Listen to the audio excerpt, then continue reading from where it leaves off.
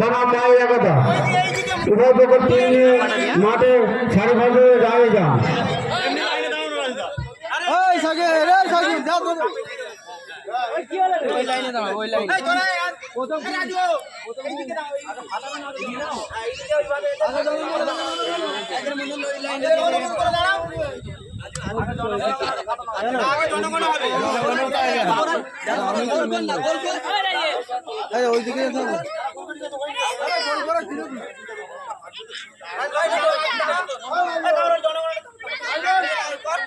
শোন জাতীয় সঙ্গীতটা চালু করো।